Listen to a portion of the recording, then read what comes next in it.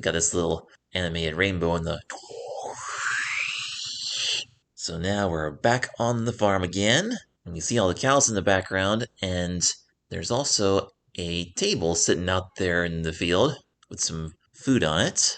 Gee, they got all kinds of things there. It looks like there's some grass and lettuce, and I believe those are potatoes on the left, and some bread out front. So what's gonna happen here? Oh, there's LeVar popping up from behind the table. I just noticed now that as soon as LeVar stands up, the cows all stand back. So we know that this is not green screen. He's really there with the cows because the cows sure as heck saw him. Doesn't make him run away though. They just step back. And he's wearing an apron with a cow on it. He's talking in this really funny French accent. Bonjour, bonjour, it is time for the lunch. Well, ladies, you asked what is on the menu for today, so how about the marvelous chef salad a la Holstein? I guess making a salad named after the Holstein Friesian cows. So what's he gonna make this salad out of? To start, we have the beautiful alfalfa hay. At first, I wasn't quite sure what he said here, but it sounds like apple pulp. I just looked up apple pulp, and it says that it's a good supplement for cattle, especially for replacing hay or lower quality feeds. So cows do eat apple pulp, and that's why LeVar says, then we have the marvelous apple pulp. Then, the cotton seed. That's the white stuff that was in that bowl. Apparently it was cotton seeds. Then, some artichoke. Now, my favorite, the cauliflower. For texture.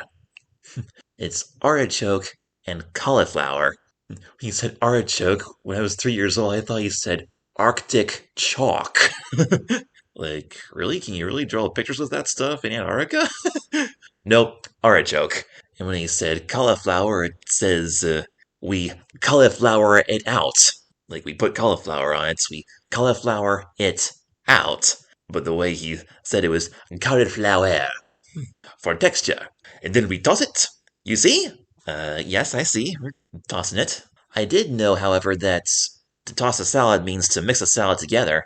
Because just a couple of months before I saw this episode of Reading Rainbow, on Blue's Clues, they did an episode about words, and Steve was trying to figure out what it means to toss a salad, and no, it does not mean to throw a salad like a ball, or toss it like a ball, it means to mix it around and stir it together. That was a funny episode of Blue's Clues, that scene with the salad. He tried to figure out what the word colander meant. It does not mean calendar, and figure out what croutons are. They're not crayons. And then LeVar says, but this is only for the appetizer. How do you feed 600 cows? And LeVar is vigorously mixing all the contents in the bowl and making a little bit of a mess in the process. That bowl might look big, but it's definitely not enough for 600 cows. And then we cut to the next scene. The French-sounding music is done playing. They were playing like this French-style accordion music while he was doing this. And now we see this huge truck loaded with food, and it's pouring out into this little feeding trough here. And the cows are all standing in a row, and they got their heads coming out from between these bars. And the way the food's pouring out is kind of weird. It almost looks like the food's kind of falling on their heads a little bit. And hey, remember last month in My America when the twins from the Twin Cities were talking about Minnesota? And they said that the Minnesota state drink is milk, and then they showed that little 1-second shot of a cow? Here it is! There's that same little piece of footage right there. So that scene was filmed at this dairy farm back in '86, and they reused that clip in 2001 for My America. But is this dairy farm really in Minnesota? I'm not sure. The cheese factory was in California. We'll see. I'll read the credits then, see if I can figure some of this out. Now we see LeVar again. He tells us that while all these ladies are lunching, kind of funny how he calls the cows ladies. When I was a kid, it never really occurred to me that cows were girls or ladies because their moos have like such a deep voice. Like if you want to record the sound of a cow mooing, ordinarily you would have a guy doing it because like it sounds so deep. Like that just did not sound feminine to me at all, but yep, the cows that make milk are always female, of course. So anyway, LeVar says, while all these ladies are lunching, they're also turning all of this food into hundreds of gallons of milk. And who knows, maybe the next glass you drink will come from one of these cows right here. That would have been true to the kids who originally watched this back in the 80s, but by the time I was watching this rerun in 2001, I doubt if any of those cows were still around by then.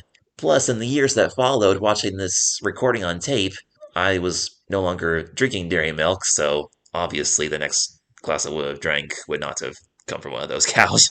LeVar says, "Right, ladies?" Then we hear another moo, and LeVar takes that to mean that the cow is responding, "Right." Now then, we got one more quick little scene before the book reviews. We see LeVar turning a crank on this wooden barrel, and I believe this is some kind of old-fashioned ice cream maker, and yep, it is. Turns out he's been turning this thing for a really long time, and he's tired now. And he opens this thing up. He says the great thing about turning milk into ice cream the old-fashioned way is that you can make it any flavor you want. And apparently, he says this is strawberry ice cream.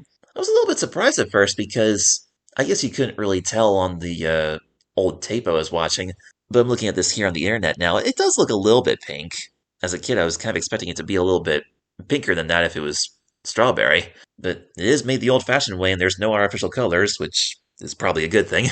Definitely a good thing, actually. No red 40 in here. I mean, I don't know, I guess I was expecting it to look like Tubby Custard or something. Hey, I was only 3. And here's a great line to segue into the book reviews. LeVar says that ice cream is not the only thing that comes in all kinds of flavors. Books do too. But you don't have to take my word for it. And the picture kind of opens up at an angle like the cover of a book. And we see the book reviews. Now, this didn't happen in My America. In My America, the book review scene began with just kind of a fade to black and then fade back in. But in most episodes, the book review scene begins with the picture of LeVar saying you don't have to take my word for it, opening up like the cover of a book, revealing the kids with the books on the other side. So that's how it is here. And the 3 books that are reviewed in this episode are Whales and Other Sea Mammals, a New True Book by Elsa Posel. It's a nonfiction book with photographs. In fact, all 3 of the review books in this episode are nonfiction, which makes perfect sense because The Milkmakers is nonfiction as well. Some cool pictures of whales in that book. Next book is called Baby Animals on the Farm by Hans Heinrich Isenbach. Photographs by Ruth Rao. I wonder which country this was printed in because it was translated into English by Elizabeth Crawford. And this picture also has real photographs of a bunch of cute little farm animals. And the boy with the glasses named Lewis, who is reviewing this book, concludes by saying you can buy it at your local bookstore. 2001. I wonder if Barnes & Noble would have still had it by then, or if it was still in print. I don't know. Yeah, some of the book reviews tell kids to pick up the book at the library, and others say that you can buy it at the bookstore. And the last book in this episode is called From Blossom to Honey, a start-to-finish book by Ali McGooch. This book is illustrated, but it's a nonfiction book about how bees make honey. It's kind of interesting that they included this book from the start-to-finish series instead of From Cow to Milk. Or no, actually, that book was called From Milk to Ice Cream, a start-to-finish book by Ali McGooch. I'm surprised they didn't include that on this episode of Reading Rainbow, because that would have fit the story a little bit more. Because there was another Reading Rainbow episode for the book, The Life Cycle of the Honeybee. From Blossom to Honey would have made more sense if it was shown on that one. From Milk to Ice Cream. At Hands On House in the farm exhibits, they had a little corner with farm books, and the only one I remember reading was they had one about ice cream. I can't for the life of me remember what it was called, but it was a nonfiction book. It had photographs, and I think it was all about how they turn milk into ice cream. I remember thinking it was really cool. One thing I forgot to mention when we talked about My America was that in the book reviews, in almost every episode, each book review ends with a little split-second piece of music, and it's a little bit of a different pitch for each one.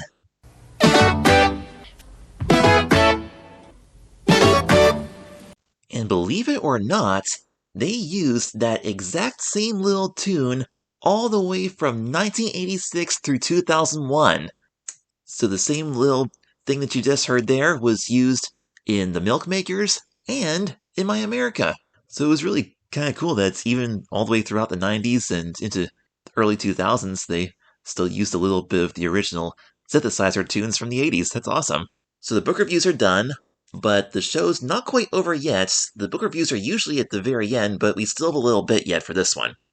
Here's LeVar again on the farm with the cows. He pats one of them on the head and says, "Hi, Puddin', how are you?" Kind of funny that he called the cow Pudding, because pudding is made of milk. But I do know that some people affectionately use the name Pudding, Honey or Darling or something like that. So then he tells us that the reason that cows and other animals make milk is to feed their babies, and on dairy farms like this one, a baby calf is born almost every day. And then he introduces us to Carol Calcagno, Louie's wife and partner, who takes care of the babies and makes sure they grow up healthy. So now here's LeVar saying hello to Carol, and Carol is feeding this little cow a bottle of milk. It looks like the same kind of big baby bottle that we saw in the beginning of the show here. And Carol says that this is a newborn and only a day old, even though it's already really big. She says it weighs about 150 pounds already. Pretty big for a newborn one. And Carol explains that this is a special kind of milk that she's feeding the calf, called colostrum. When I was a kid, at first I thought she said cholesterol, but it's actually colostrum, Colostrum, colostrum, which is the first milk that comes from a mother cow and contains a lot of antibodies to prevent the calf from getting sick. Then LeVar asks her how you can tell if a cow is sick. She says that you check the nose and make sure the nose is not dry. This one's nose is nice and wet. And if a cow is sick, the eyes would be sunken in and and the ears would be droopy. But this cow is looking just fine. And LeVar says, so these are just kind of like your babies, these calves. And Carol says, yes, every time I come out in the morning to feed them, they say, here comes Mommy, we're hungry. And they have a good laugh. And they finish off by saying how it's important to keep these cows healthy because these young ones will grow up to have baby calves of their own and start making milk in the future. This is a really cute way to end the episode.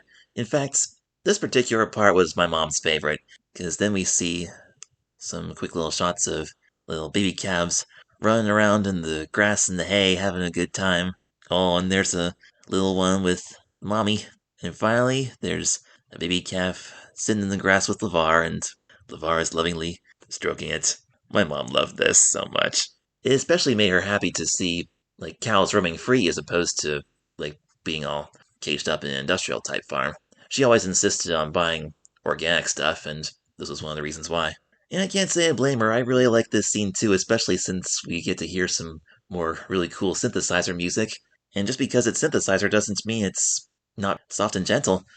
Like with the 80s synthesizers, it can be really fast, upbeat, and high energy, or it can really be nice and slow and sentimental like what we have right here.